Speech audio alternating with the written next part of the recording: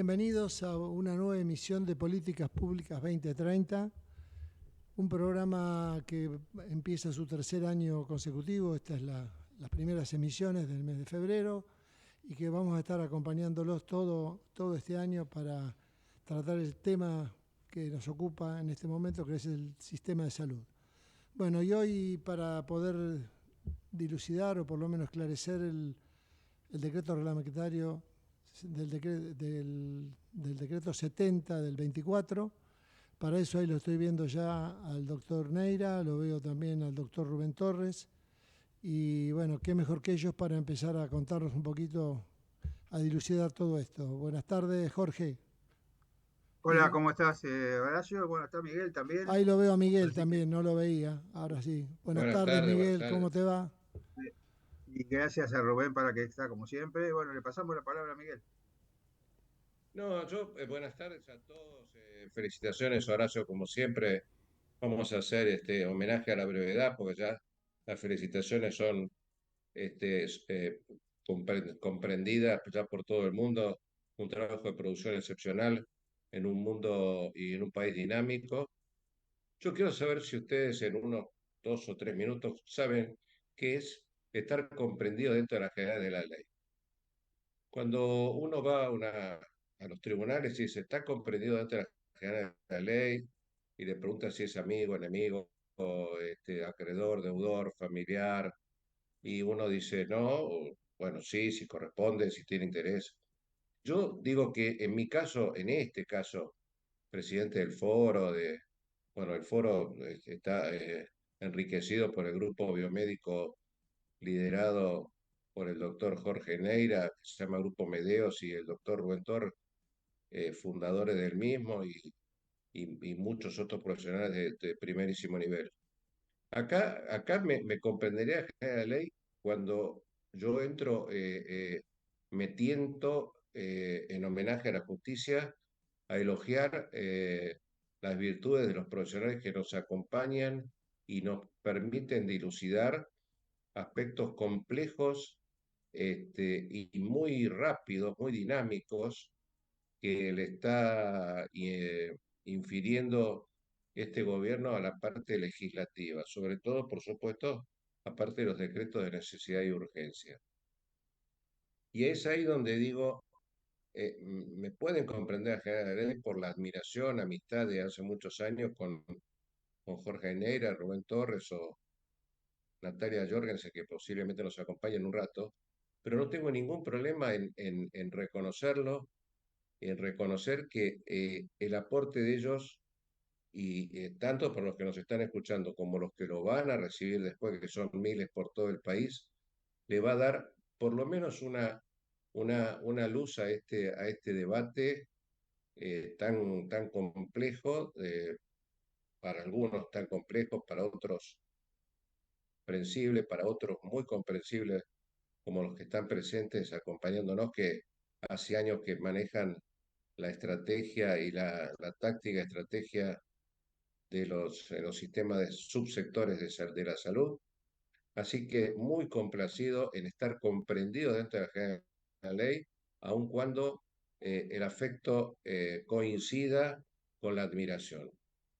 Dicho esto, Jorge Neira, un orgullo volver a tenerte como coequiper, y a ver si ayudamos junto con los demás invitados fundadores a echar un poco de claridad en en este debate que se ha planteado con ciertas características de incertidumbre, pero vos seguramente lo vas a colocar en su justo medio. Bueno, muchas gracias, Miguel. Vos sabés que es recíproco el reconocimiento, sobre todo a la labor ininterrumpida, ¿no? Que me parece que es una cosa, la continuidad es una cosa muy interesante a tener en cuenta. Hola, Rubén, ¿cómo estás? Supongo que estará ya activo. Ahí Hola, está. buenas tardes. ¿Cómo te va, Rubén? Gracias por estar como siempre. No, por Hoy, favor. Hoy cuando estaba viendo todas estas nuevas cosas, me hizo acordar, hay un cuento de Conan Doyle, de Sherlock Holmes, que se llama el hilo escarlata, ¿no? El hilo rojo, que decía que en una madeja uno tiene que agarrar el hilo y empezar a tirar del hilo para llegar al fin del hilo, ¿no? Ahora, y lo importante es encontrar el punto de comienzo del hilo para tratar de tirarlo. Y esto es lo que a mí me parece que en esta madeja que tenemos, el hilo es inexistente porque me parece que son todos parches y son todos como vamos a probar esto y vamos a probar esto y todo simultáneamente sin tener una secuencia.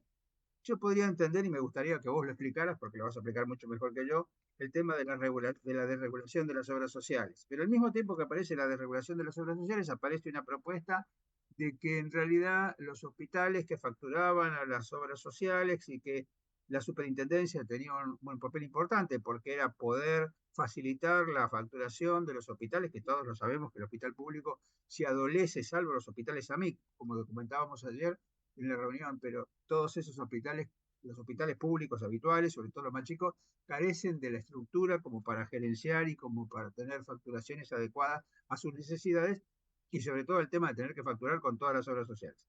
Entonces, dicho esto, que me parece que sigue siendo este tema de la falta del hilo escarlata, me gustaría que primero hicieras una definición, digamos, de estos nuevos decretos y esto qué beneficia o qué perjuicios le puede traer a las personas, o sea, a los pacientes, a los socios de todas estas estructuras. Que Rubén, te dejo la palabra.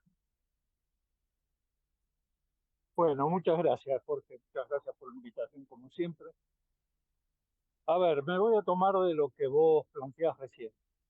Cuando uno elabora una política pública, ya sea en el terreno de la salud o cualquier otro de los terrenos en los que se elaboran las políticas públicas, es decir, básicamente lo primero que tiene que definir es qué cambios esto va a tener en beneficio de aquellos que son, eh, digamos, los concurrentes a esa política pública.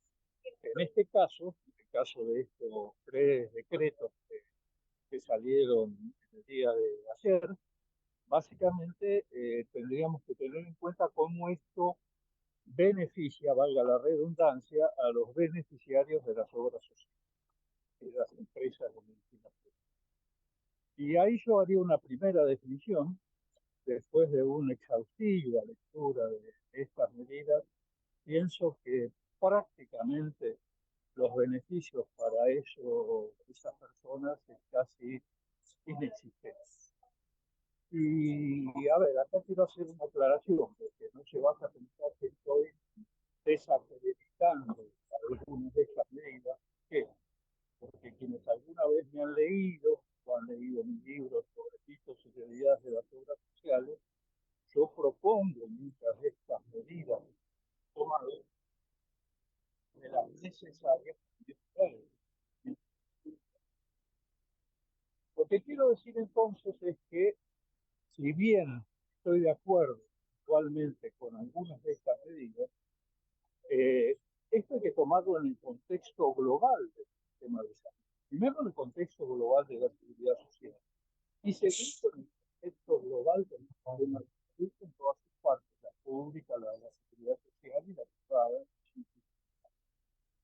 Y realmente me da la sensación de que, como dije antes, no existe ese apunte, no existe esa concordancia de estos subsectores, y esto termina definiendo que los resultados de estas medidas no benefician a nadie. Y si me permitís, Jorge, voy a algún ejemplo. A ver, una de las cosas que se vislumbra en un comunicado de prensa que voy a hacer de la Superintendencia de Servicios de Salud, donde se dice salud, más libertad y más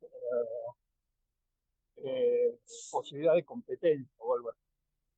Bueno, en primer lugar, lo que yo plantearía es, ¿estos son objetivos de un sistema de salud?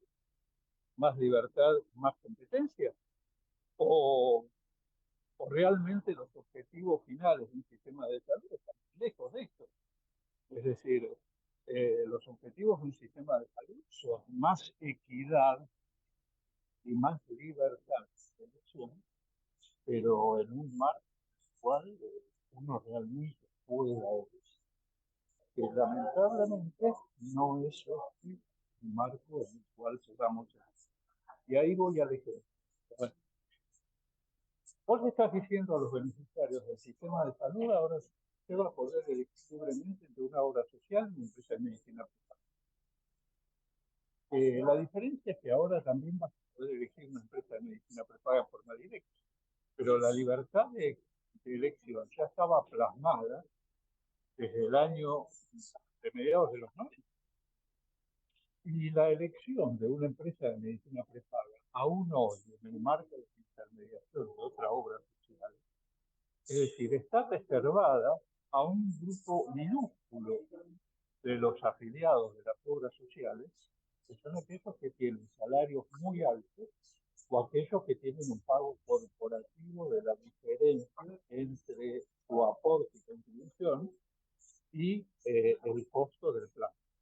Por lo tanto, creo que no hay muchas más personas en libertad de elegir a pesar de ese caso.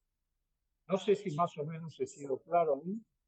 Bueno, Sí, tal cual. Una pregunta que te quería hacer respecto a esto que estás diciendo es que sabemos que hay 330 obras sociales nacionales.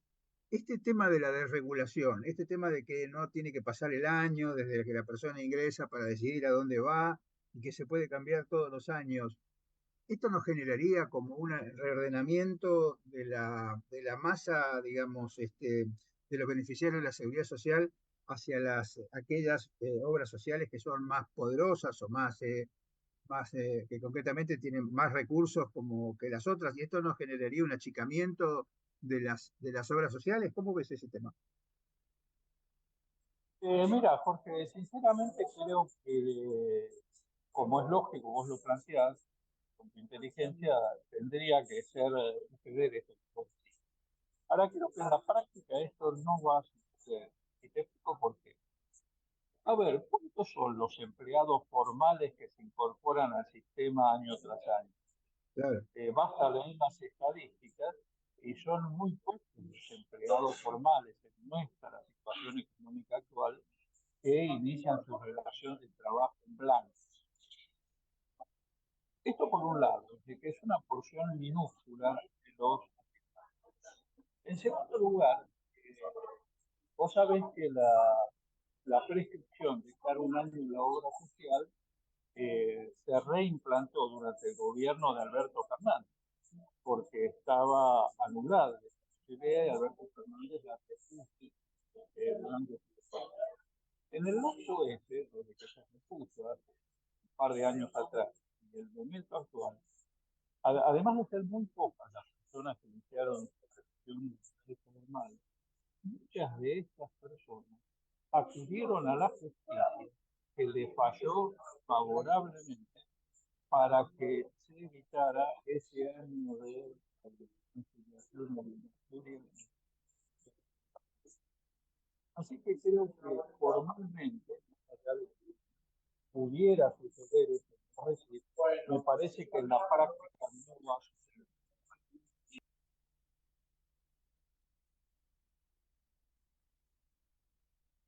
Se escucha con mucha dificultad, Rubén. Sí, te decía que a pesar de que ¿se me escuchan bien ahora? Ahora perfecto. Sí, que a pesar de que eh, pueda haber la teoría, la posibilidad de que exista un número de personas que se nucleen en menos obras sociales, la práctica dice que esto no ha sucedido. ¿Y vos a qué lo atribuís eso? Porque, digamos, eso es por desconocimiento del afiliado, es porque uno se siente más seguro quedarse en el lugar donde está por las dudas, porque por lo menos sabe que en ese lugar, bueno, con los límites que tiene, lo conoce. ¿O a qué atribuís este tema que una persona de un sindicato pequeño no quiera desregular en un sindicato, en una obra social de una obra social más grande, digamos que tiene más afiliados y que tiene más seguridad de la prestación, ¿no? ¿A qué atribuís este tema? No, a ver, Jorge, yo no es que miro lo que sucede en la realidad. Claro, sí. Vos fíjate, te doy un ejemplo claro. fíjate lo que sucede con OSECAC.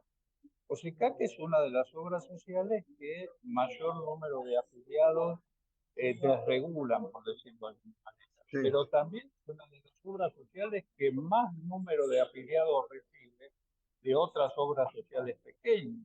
claro, Es eso decir, gastronómico. exactamente, que vos planteás, en la práctica no se da, porque aquellas personas, que esto es un problema grave, por ejemplo, para una obra social eficiente como eso se trata. A ver, muchas de las personas que tienen necesidades muy fundadas de atención, pacientes oncológicos, pacientes con una discapacidad, etcétera, etcétera, habitualmente tratan de migrar hacia esas obras sociales que les garantizan, por decir, un marco de atención completo. Claro, bueno, eso también tiene que ver con lo que decíamos siempre, de que digamos, los gastos que insumen estos cambios para las obras sociales que los reciben también son diferentes porque los pacientes que vienen son más complejos y necesitan más prestaciones, ¿no? Así que eso también es una cosa que hay que tener en cuenta, porque si eso es conveniente para una obra social recibir toda la avalancha de los potenciales traspasados, ¿no? Si eso es conveniente, no sé cómo es el tema, digamos, si hay algún estudio que haya evaluado ese tema de quiénes son los que se transfieren, ¿no? Porque evidentemente se deben transferir los que tienen más necesidades de complejidad, ¿no? Sin lugar a dudas es así. Sin lugar a dudas, naturalmente aquellos pacientes que tienen más necesidades buscan ir a aquellas obras sociales que le dan mayor calidad de la prestación o de calidad. Sí, y otra cosa que te quería preguntar, porque a mí me parece que también es muy complejo, es el tema que aparentemente el Estado se retira como controlador del costo del costo de la afiliación, digamos, ¿no? Con lo cual, ¿quién va a poner los precios? ¿Quién va a definir cuáles son los valores para que la gente? Yo comparto con vos que el tema de salud básico es la equidad. El sistema de salud tiene que asegurar la equidad, si bien comparto con vos la libertad de elección, pero la equidad es básica, digamos. Uno tendría que tener un sistema de salud que tuviera las mismas prestaciones en todos lados, independientemente que sea público o privado de la seguridad social. Este tema del retiro del Estado como ente regulador, que aparentemente es dejar esto expuesto digamos, al mercado, ¿no te parece riesgoso? Sin lugar a dudas, y por eso hace unos minutos yo te hablaba de la ausencia de rumbo. Vos fijate qué cosas estamos discutiendo, ¿eh? Estamos discutiendo cuál es el precio de una cuota de la medicina prepaga. Estamos discutiendo si vamos a poder cambiar o no cambiar de obra social. Y a ver, pongámoslo en número. A ver, los que tienen capacidad de desregular, de cambiar de obra social, son aproximadamente unos 14 millones de argentinos, ¿verdad? Sí, Eh, ahora los argentinos son 45 millones. no, Es no, tal decir, cual. La tercera parte. ¿por qué por qué no estamos discutiendo esto que vos planteás? Es decir, ¿cuál es el papel del Estado que no lo cumple de brindarle al conjunto de los argentinos, independientemente de que estén en una obra social, estén en una unidad paga, o no tengan otra cobertura en el sistema público, una prestación de calidad homogénea que nos iguale a todos? Y después sí, después ahí sí se liberaría el mercado, para que aquel que quiera alguna prestación, a ver, que no tiene que ver con la calidad médica intrínseca, sino básicamente con las amenidades. A ver, una habitación más lujosa, una, no sé, más confortable, etcétera, etcétera. Bueno, que ese sí pague una diferencia y ahí otorgaría libertad, porque me parece que es una prestación que no debiera estar obligada a la gestión del Estado. Pero para hacer esto, primero el Estado tiene que garantizarle a todos los argentinos una prestación de calidad homogénea. Y eso lamentablemente, porque hoy no sucede. Sí, sí, tal cual. A mí me parece lo mismo, porque en realidad eh, no hay claridad, digamos, no hay claridad en la definición de qué política de salud tenemos. Yo tengo la sensación de que es como como que todos los días que se levantan dice, bueno, a ver qué negocio podemos deshacer, ¿no? O qué, a ver qué intermediario podemos sacar. Y creen que con estas cosas así aisladas van a mejorar, van a disminuir los negocios espurios, por así decirlo, entre comillas. Pero en realidad todo esto está atado al resto de la prestación. Por ejemplo, un tema que se discutió hoy, que no sé si habrá salido el decreto, pero que se estaba discutiendo, es el tema de los hospitales públicos y las prestaciones a la seguridad social, que vos incluso estás en el artículo del diario, cuando te preguntan cómo es el tema de la facturación de los hospitales públicos hacia la seguridad social, que en una época se había arreglado que la Superintendencia de Servicios de Salud actuaba como un ente intermediario en el sentido de asegurar el pago de la prestación. Y yo te digo lo que también charlamos el otro día, justamente, que los hospitales AMIC, por ejemplo, que son hospitales que tienen una definición especial, porque tienen un 70% del presupuesto, 70-80% del presupuesto que le viene de Nación, que tienen una autogestión muy desarrollada, que lo pueden hacer, que tienen indicadores, que son el ejemplo de la prestación del hospital público que uno querría. Digo, el caso del Hospital de Cuenca Alta, el SAMIC, el de Cruce, por supuesto el Garrahan, que para todos es el hermano mayor, ¿no? Para todos estos AMIC, el Garrahan es el hermano mayor. Me parece que es un modelo muy interesante que habría que fomentar en cuanto al vínculo entre la prestación a la seguridad social y el hospital público, porque esto mejora la calidad del hospital público y eso a su vez le permite que el hospital público recupere una cantidad, digamos, de dinero que es bueno para su gestión y que mucha de la parte de la gestión lo puede hacer a partir de la facturación, de la autogestión. Pero este tema de que ahora parece que la superintendencia se va a correr, no va a haber ningún tipo de que los hospitales tienen que hacer convenios con cada una de las obras sociales, que los hospitales tienen que generar, digamos, una estructura de eh, facturación y cobro. Eso es muy difícil en nuestro país, porque, digamos, sí, si bien se puede hacer en los hospitales AMIC, que son muy pocos, porque si vos contás todos los hospitales que AMIC en el país, no creo que haya más de 15 si llegan a 15, pues no estoy seguro, seguramente son menos.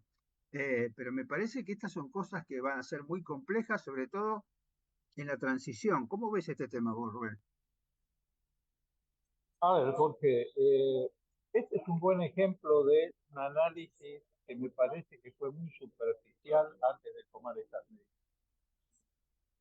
Para los que conocemos la legislación respecto al Hospital Público de Gestión Descentralizada, la contratación directa entre los hospitales y las obras sociales estaba autorizada por el decreto del Hospital Público de Gestión Descentralizada. Claro, Es decir, la única condición que se planteaba es que aquellos que hicieran un contrato directo con una obra social quedaban excluidos de una de las medidas pues, más importantes que esa ley planteaba, que ese decreto planteaba, y que es que cuando una obra social no respondiera con el pago en un lapso determinado, la superintendencia estaba autorizada para tomar fondos de esa obra social y hacer efectivo el pago de esas prestaciones directamente a la obra social, lo cual claro. lo cual representaba una garantía de cobro importante para los hospitales. Entonces, a mí me parece bien, me parece, coincido en el sentido de que, bueno, los hospitales tienen que generar mecanismos efectivos para realizar los contratos y facturar.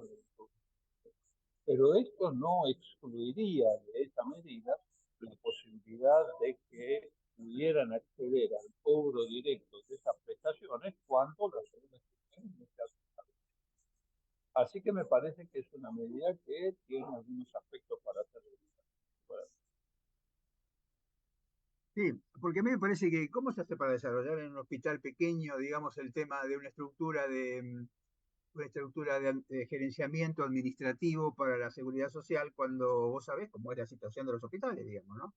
Eh, no sé cómo se les puede ocurrir, porque una cosa es los hospitales de gestión descentralizada, que ya están, que tienen la gimnasia, que tienen la estructura, y otra cosa es esto que pasa en los hospitales. Pues yo me acuerdo que cuando estaba en el hospital, en el Hospital Fernández hace muchos años. Yo tuve la oportunidad de estar en el Hospital Fernández, en el Hospital Vélez Sarsfield, en el Hospital Argerich, y después volví al Fernández y después fui 2 veces director de emergencia. Así que en realidad tuve la visión desde el hospital de alta complejidad y el hospital de mediana complejidad, como era el Vélez. Yo inauguré la terapia intensiva del Hospital Vélez Sarsfield y vos veías, digamos, si el Hospital Fernández tenía dificultad para cobrar lo que facturaba, imagínate vos el Hospital Vélez Sarsfield, que es una cosa muchísimo más chiquita, mucho más reducida, mucho más del barrio.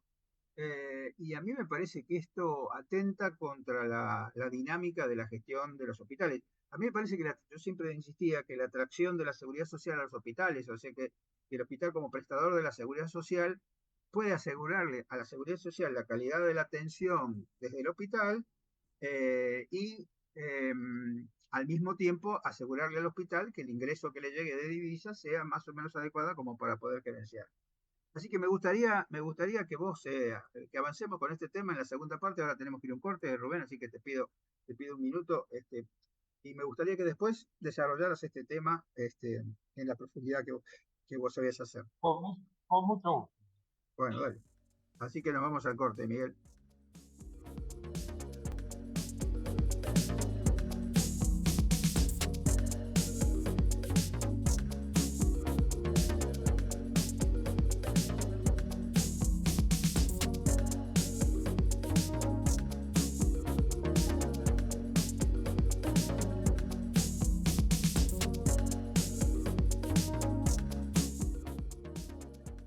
Ecomedios.com AM1220.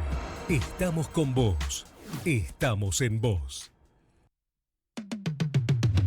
American and Merit Hoteles. Primera cadena hotelera argentina. 3, 4 y 5 estrellas.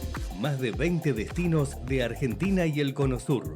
Aprovecha el código promocional Puro Branding con el 10% de descuento para los hoteles American Córdoba Park, American Executive Córdoba, American Buenos Aires Park, Merit San Telmo y American Executive Mendoza Hotel hasta fin de año.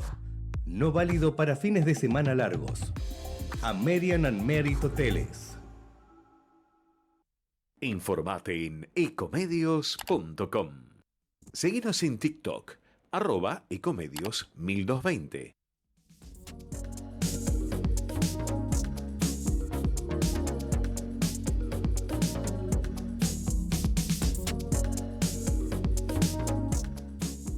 Bueno, y continuamos con este programa de Políticas Públicas 2030 después del corte comercial.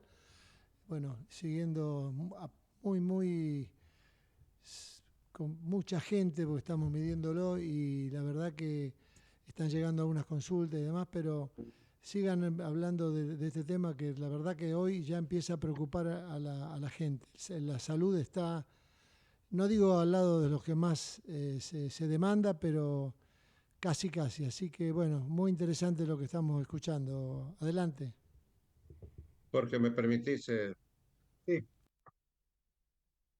Rubén, ¿estás ahí? Sí, por supuesto, Miguel, buenas tardes. ¿Cómo te va, Rubén? Bueno, reitero nuestro agradecimiento. Rubén, en la primera parte del programa, Jorge y vos hicieron una descripción de entrada básica, pero a la vez profunda un poco del DNU y de los decretos reglamentarios. Yo tengo una sola pregunta para esta segunda parte, ustedes lo siguen después desarrollando. Este gobierno, que por ahí lo dijo Jorge, lo dijiste vos, se ha preocupado o tiene como objetivo el tema de desarmar cajas o supuestas cajas que hacen a la administración pública en general. Rubén, estos decretos, ¿vos le ves ese perfil o le ves un perfil más allá de sus virtudes, o sea, o defectos, o falta de estrategia, o falta de táctica? ¿Vos ves que la finalidad es desarmar cajas y a su vez compensar con mayor equidad, como bien señalaron, y acceso, o se está priorizando el tema de la reducción del gasto público? A ver, Miguel, Es difícil de contestar tu pregunta. Yo creo, esto es una interpretación personal y fundamental, que posiblemente, como muy bien decía Jorge, la intencionalidad apunte a esto, de, bueno, de cuál es su orientación general respecto al gasto innecesario en el Estado o el gasto producto de la construcción. Así que probablemente, tal vez la intención de estos decretos apunte hacia eso. Ahora vamos al análisis profundo de esta situación. A ver, de la posibilidad de elegir entre una prepaga y una obra social, ¿cuál sería la ventaja acá a obtener? Básicamente la ventaja estaría en que una pequeña porción de los fondos de aportes y contribución que el afiliado hace a esa obra social que le regula, pasen a formar parte de prestaciones directas en lugar de quedarse en digamos, en esa interfase y traslación de los fondos. Ahí sí, yo coincido en esta situación. Ahora, el resto de las medidas, la libre elección,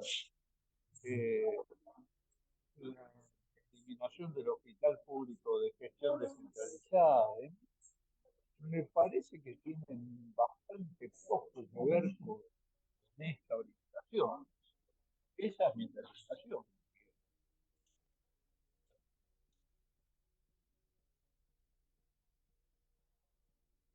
Sí, Rubén, te muteaste, ¿eh? Sí, sí, no sé si escucharon el final. Digo, Sí, sí. con excepción, me parece que las otras medidas poco tienen que ver con la eliminación de las cajas. Además, quiero hacer una aclaración, que creo que es necesario, porque yo lo sostengo desde hace muchos años y lo he escrito. Más allá de que, como en todo sector, puedan existir maniobras poco transparentes, lo cierto es que las grandes sociales en los últimos, diría, 7 a 10 años, no solo no ha sido una fuente de ingresos para los sindicatos, sino que en la mayoría de los casos, muchas veces los sindicatos terminaron poniendo dinero en la obra social para poder terminar la gestión. Y esto se puede fácilmente, incluso con estados ajustado. Sí, tal cual. Gracias, Rubén. ¿Qué te parece de lo que estábamos hablando del tema de qué va a pasar con los hospitales? Esto, hoy el diario decía que son más o menos unos 1000 hospitales los que estarían en dificultad como para cobrarle a las obras sociales. Y cuando yo estaba en el hospital, por ejemplo, siempre se decía que se facturaba el 10% de lo que se hacía y se cobraba el 10% de lo que se facturaba. Así que el 10% es el 1%. Si uno toma el total de prestaciones con el nomenclador, que incluso estaba atrasado, porque los nomencladores de los hospitales están atrasados y no sé, digamos, en realidad en base a qué se hacen los convenios con las obras sociales. ¿Cómo se resuelve este tema? ¿Cómo ves que el hospital público pueda resolver este tema en el corto plazo con esta, porque esto es a partir que sale el decreto, si sale el decreto y es así a partir del día siguiente? ¿Cómo ves este tema vos? A ver, Jorge, lo veo desde dos. Es decir, en el decreto que se deroga, más del 343, estaba ahí la implementación de una plataforma que había creado la Superintendencia de Servicios de Salud que permitía disminuir el trámite burocrático de poder reclamar por estas prestaciones, lo cual, como muy bien vos decís, simplemente las instituciones más pequeñas la posibilidad de facturar. Es decir, que esto me parece que también sería un tema que habría que tal vez revisar esa plataforma por así como dice dice el decreto no cumplía eficientemente su labor, pero bueno, no todo aquello que no es eficiente hay que eliminar, sino que es también tarea del Estado mejorar el funcionamiento. Sí, claro, por eso te decía que a mí me parece muy, muy complejo. Y otro tema que también me parece interesante es con qué nomenclador lo van a hacer. Digamos, ¿van a ser un nomenclador para cada obra social o tendrán que actualizar un nomenclador? Porque con esa cosa de que es individual, vos lo multiplicás el problema por la cantidad de obras sociales. Si vos tenés un acuerdo con la super y decís, bueno, estos son los criterios y así es como lo vamos a facturar y de esta manera va a ser el nomenclador, este es el nomenclador para el hospital público, pero si no existe ninguna guía, no existe ¿cómo se hace esto? Digamos, el hospital va y le dice, bueno, yo esto te lo cobro 20 pesos, pero te lo puedo cobrar 40, 60, 80, 1000, eh, digamos, con un nomenclador que no existe, porque ya sabemos que los hospitales tienen nomencladores que están total y absolutamente desactualizados con respecto, digamos, a lo que son las obras sociales o a las prepagas, ¿no? ¿Cómo ves este tema? ¿Cómo se hace este tema de facturar con un nomenclador inexistente? A ver, Jorge, después, si me permitiste, termino mi otra visión respecto a la primera pregunta, pero vamos a esto de los nomencladores. En eso el decreto es claro. Vos fíjate que dice que los hospitales deberán pactar condiciones de contratación, de facturación, precios y demás con cada una de aquellas obras sociales con las cuales se han encontrado. Cosa que por otra parte, porque te repito, sucedía hasta ahora. Es decir, hay muchos hospitales grandes, ¿no?, que tienen el contrato de obras sociales y que tienen un nomenclador que es mucho más actualizado que el nomenclador general de prestaciones que maneja. Así que hay amplia libertad en ese aspecto para que cada efector haga su contrato. Y ahí voy a la segunda visión que tengo de la pregunta anterior que vos me hacías. Es decir, yo creo que además de esto, de esta dificultad que tienen las entidades gestionales, esto podría ser beneficioso en el sentido de que cada una de las entidades jurisdiccionales, estoy refiriendo a las provincias, se hagan responsables de fortalecer estos mecanismos. ¿Por qué? Claro, claro. Porque vos hablabas de los hospitales, pero pensemos en las unidades de atención primaria, que tienen dificultades para facturar y que son una generadora de recursos muy importantes y que podrían ingresar muchos fondos. Y que bueno, yo pienso que las provincias tendrían que ponerse a pensar seriamente en generar un mecanismo de facturación, contratación con las empresas de España que permita mejorar el ingreso global de fondos para el de la jurisdicción. Así que, bueno, por supuesto que es mi opinión personal.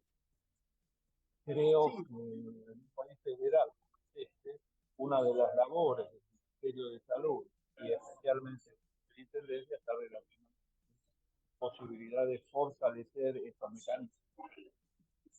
sí, lo que a mí me parece, ¿sabes qué? Yo lo que veo, Rubén, que me preocupa, es que esta cosa inmediata de decir, bueno, a partir de hoy, listo, esto es así, cuando en realidad tendría que haber como un periodo de un par de meses o de 3 meses como para que se genere la movilización interna de los hospitales para tomar esto con la seriedad que hay que tomarlo, porque a mí me parece que, digamos, yo no sé cómo estará asegurado en cada una de las jurisdicciones los aportes del Estado hacia los hospitales públicos. No sé si va a seguir siendo la misma. Por ejemplo, si los AMI que recibían el 80% del presupuesto del Estado van a seguir recibiendo la misma cantidad o actualizada. Eso en realidad no se sabe porque nunca se ha dicho. No sabemos cómo van a funcionar. Es decir, yo supongo que uno parte de la base que el hospital sigue funcionando con con el mismo presupuesto histórico que tuvo siempre, actualizado, digamos, a lo largo de la inflación. ¿Uno está seguro de eso, Rubén? Perdón, perdón, por supuesto no estoy seguro de eso. Eh, Creo que es razonable lo que vos decís. Jorge. Y por eso te decía, creo que hay aspectos de la regulación más fina de cada uno de estos decretos que van a tener que ser vistos con mucha más delicadeza de esto es dar los tiempos necesarios, pero ahí en una situación de una economía de guerra que estamos viviendo de alguna manera, es decir, te repito, yo me sentiría más tranquilo, sería más satisfecho si hubiera un ministro de salud y una superintendencia, un ser técnico y con capacidad de apoyo a las instituciones para mejorar. Rubén, ¿podés repetir lo último? Porque Rubén, no se te escuchó muy bien. claro. Sí, decía que ahora se escucha. Ahora sí. Perfecto, decía que en una situación de economía de guerra, como estamos en Argentina, es decir, que yo me sentiría mucho más tranquilo contando con un ministerio y una superintendencia con fortaleza técnica y económica para apoyar a las jurisdicciones a mejorar justamente estos aspectos que vos planteás.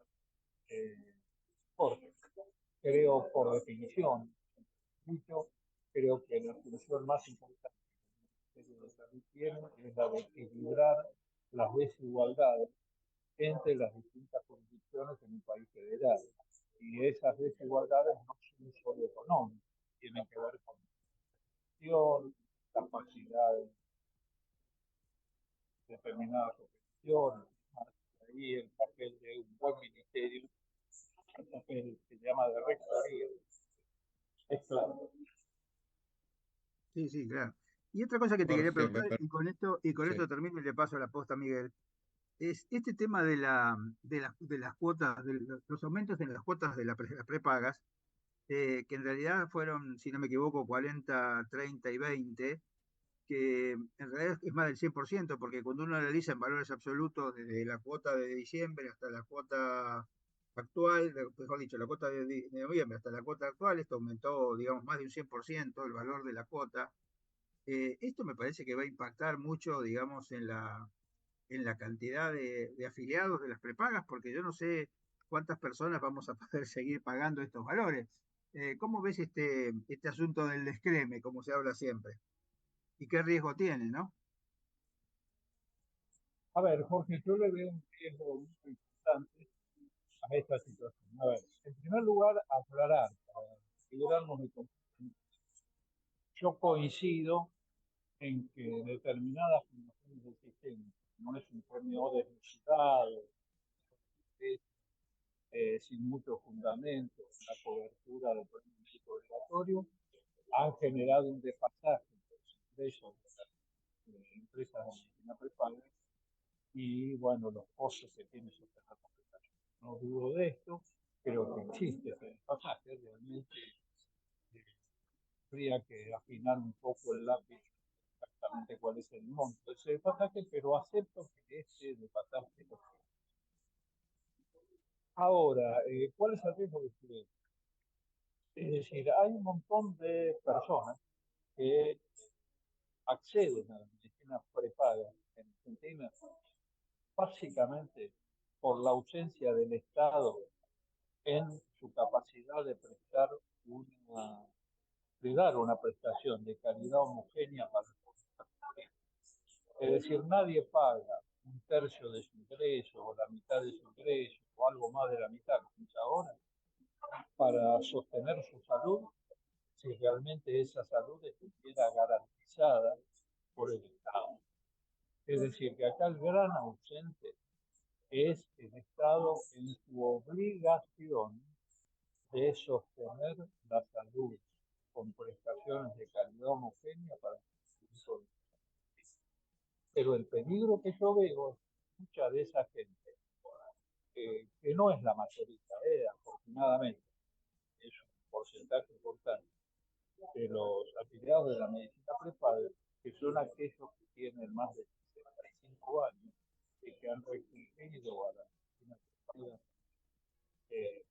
solucionar los déficits de prestación infantil, o aquellos que tienen discapacidades, o aquellos que tienen enfermedades psicológicas, se vean obligados a dejar de eso provocaría primero la desprotección de estas personas y en segundo lugar, como mecanismo, digamos, accesorio, licuaría parte del gasto. Porque vos fíjate que, lo repito siempre, de los 6 millones de personas que tienen en Argentina, 4 millones de ellos tienen desregulación de obras. De esos 4 millones, más del 80% los mecanismos corporativos, es decir, que su empresa empleadora le paga las diferencias de los fondos de contribución y el costo. Esta gente está asegurada y ese volumen, básicamente, son gente sana, joven y demás que le genera poco gasto. El riesgo son aquellos que generalmente son afiliados voluntarios o que han desregulado el salario no tan alto como ese primer grupo, que son los que hoy corren el riesgo de quedar desprotegidos al Estado. Yo lo veo claro, y que tendría que ponerse ojos sobre ellas, que puede provocar una situación sanitaria. Sí, así es. Bueno, muchas gracias, Rubén. Le paso entonces la posta a Miguel, si es que está, me parece que ahora no lo veo, pero bueno, hasta que venga Miguel, me parece que esto va a ser un tema, porque, digamos, esta gente que tiene ese tipo de necesidades, digamos, ¿cómo lo va a resolver? ¿Va a pasar a dónde? ¿Se va a atender en el hospital público, donde el hospital público no le va a poder resolver esos temas? Me parece que como vos decís, ¿no? Es un tema muy complejo a tener en cuenta porque va a generar, digamos, muchas dificultades, aunque sea un pequeño grupo, pero de alta complejidad, digamos, y alta necesidad de prestación. Bueno, Miguel, te paso la posta. Además, Jorge, vos fíjate que si bien esa gente puede regresar a su obra social de origen, en caso de que estén desregulados, y demás, esto va a aumentar la presión prestacional. Claro. Que hoy están asociadas. Y otro grupo va a volver al hospital público, que también está realmente comprometido en un país con casi el 60% de pobres, con prestaciones para aquellas personas que no tienen otra cobertura. Sí, y hay otro tema que hay que tener en cuenta, Rubén, es que con este tema de que según el decreto este último, las prepagas van a tener que pasar el 20% de lo que facturan al Fondo Solidario, otra vez van a decir que van a necesitar aumentarle las cuotas a los prestadores. O sea que esto no termina acá, digamos, sino que el aumento, además del aumento por la inflación, va a haber un aumento por la participación en el Fondo Solidario. ¿Eso es así? No te quepa ninguna duda. No te quepa ninguna duda. Perdón, yo quería, O sea, perdona, Miguel, es casi la tormenta perfecta, Rubén. Exactamente. ¿Bien? tenemos unos minutos, Jorge, ¿me permitís? Obvio. Tuve unos problemas de conexión y no sé si han tocado el tema, pido disculpas. Rubén, ¿cómo estás viendo dentro de estos decretos reglamentarios que evidentemente han respetado poco la pirámide de Kelsen porque son prácticamente leyes? Porque un decreto reglamentario no puede derogar un decreto ni por supuesto una ley. Te pregunto concretamente, sin entrar en esta exquisitez jurídica que sería otro tema a debatir, ¿cómo estás viendo el tema de los afiliados a la mayor obra social de jubilados y pensionados? Pregunta concreta, el que se jubila, ¿puede pasar o puede quedarse en su obra social o pasar a otra y derivar los aportes? A ver, Miguel, seamos realistas. Esta es una gran ausencia en los 3 decretos que salieron ayer. Es decir, no dice una sola palabra sobre la situación de los jubilados. Por lo tanto, la situación actual de los jubilados no se modifica, es decir, está regida por la ley. La ley dice que finalizada la actividad, ese jubilado puede ser en la obra social de origen o de lo contrario va al paro. Como vos sabés que existen numerosas restricciones para que queden muchas obras sociales que están fundadas en una muy mala reglamentación de este traslado, y lo aclaro para que conozcan la situación. Cuando un jubilado se queda en su obra social, su obra social no recibe el 100% del aporte que va al PAN, sino que recibe solo una porción de su obra. Por lo tanto, si se quisiera hacer una reforma importante, que en este caso sí beneficiaría claramente a los afiliados, ahí habría una oportunidad para hacer una modificación que repercutiría muy claramente en la calidad del servicio. ¿Por qué digo esto? Porque un señor que toda su vida activa se atiende en una obra social, en el momento en que se jubile va a necesitar más de esa obra social, lo cambian de sistema, lo pasan a otro sistema, con otra organización, con otro tipo de... Lo cual rompe un principio básico, esto Jorge sabe mucho más que yo, que es la continuidad de la atención. Y esto es un principio clínico básico que se rompe más allá de otra funcionamiento de campos administrativos. Así que creo que es una gran ausencia en los tres decretos que están. Jorge. Sí, la otra cosa que también me parece que hay que tener en cuenta es qué va a pasar con el PAMI, ¿no? Porque del PAMI no se dice nada, lo único que se dijo es que se está reestructurando, que están bajando la cantidad de querencias, pero ¿qué va a pasar con el PAMI, no? Porque, digamos, con este tema de que uno tenía que elegir entre cuando se jubilaba, entre su obra social y el PAMI, este, ¿qué va a pasar ahora, digamos, con este tema de la desregulación con el PAMI? En principio nada, porque el instituto no está mencionado en ninguno de los tres decretos como motivo de impacto de alguna de las tres reformas que se proponen en estos decretos. Así que en cambio, ninguno respecto de, por lo menos así no entiendo. ¿Qué crees que vos que debería hacerse con este tema, digamos? Porque me parece que es un tema importante, porque el PAMI, como siempre comentamos con vos, te debería ser una caja de complementación de las necesidades geriátricas, por así decir, de los pacientes que podrían pertenecer a su obra social y quedarse en su obra social con algunos complementos que el PAMI podría aportar en cuanto a su estructura, digamos, como todo el tema de la atención de la vejez, el tema de atención de la discapacidad, el tema de, digamos, de los centros de atención de los jubilados, pero no como una cosa de atención institucional con instituciones propias o contratadas, que ya sabemos la calidad de prestación que es discutible, ¿no? Coincido absolutamente.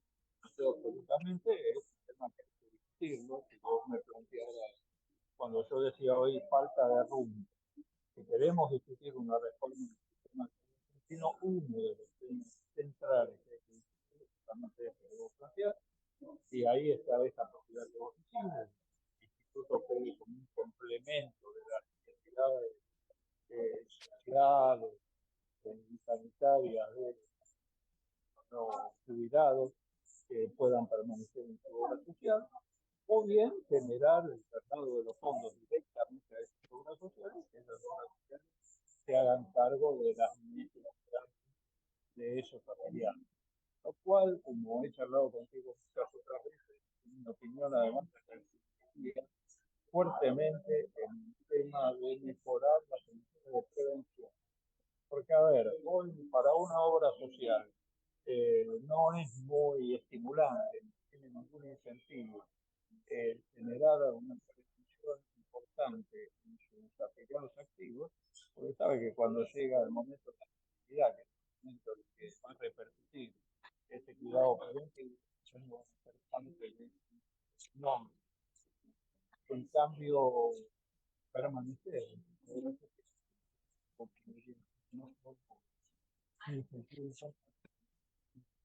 A ver, no se te escucha bien, Rubén, si podés, no se te escuchó bien lo sí, último que dijiste. sí, y incluso esto podría ser no solo un incentivo para la prevención obras sociales, sino también que la propia superintendencia podría estimular y regular la acción preventiva de las obras sociales. Así que coincido también. Y una última pregunta que tengo para vos, que es el tema de la regulación del monotributista social. Cuando el monotributista social ingresa a ser monotributista social y quiere ver regular en una obra social de alta complejidad, una de las grandes, ¿eso cómo es visto por el tema de la obra social de las grandes, habida cuenta del aporte que hace el monotributista social? Bueno, vos planteaste que los monotributistas sociales se caracterizan. Acercate un poquito más al micrófono porque no se te escuchó bien. Sí, te decía que esto que ahora se escucha. Sí, ahora sí.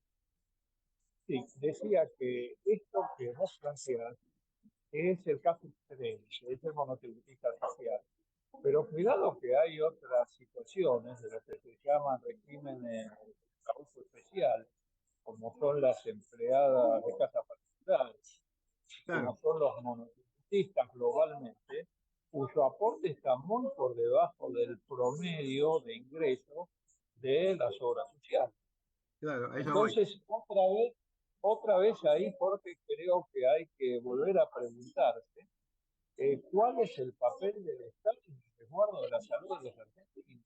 Porque acá estamos creando un régimen en el cual ponemos como zanahoria, de alguna manera, el hecho de que vos podés acceder a una obra social y lo podés hacer a un costo realmente irrisorio en algunos casos, y el Estado mira para otro lado. No solo mira para otro lado, sino después te exige que le des prestaciones de la más altísima calidad a esos beneficiarios que no hacen una política que se corresponda con el promedio del resto de los beneficiarios. Me parece ridículo, y esto es una de las cosas que también debiera estar entre los 5 o 10 puntos centrales de una reforma. Jorge, tenemos que irnos y si es posible lo convocamos a Rubén para próximos programas. Así es, muchas gracias Rubén. Muchas gracias. Muy agradecido, un abrazo fuerte para todos. Muchas gracias a ustedes. Buenas tardes.